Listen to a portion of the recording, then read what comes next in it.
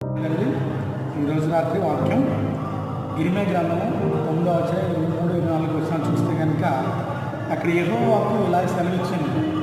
జ్ఞాని తన జ్ఞానం బట్టి, సూర్యులు తన సౌర్యాన్ని బట్టి, ఐశ్వర్యవంతుడు తన ఐశ్వర్యం బట్టి అతిశయించకూడదు.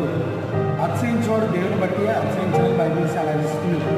దేవుడు ఈరోజు ఈ వాక్యం జ్ఞాపకం చేసుకున్నట్టు కనుక మరి అనేక మంది యవనస్తుల్ని కొంతమంది వ్యక్తులు మనం చూసినప్పుడు నాకు జ్ఞానం ఉంది కదా, నేను బాగా చదవను కదా అని చెప్పి దేవుని బట్టి అతిశయించకుండా తన సొంత జ్ఞానం బట్టి అతిశయిస్తున్నాడు.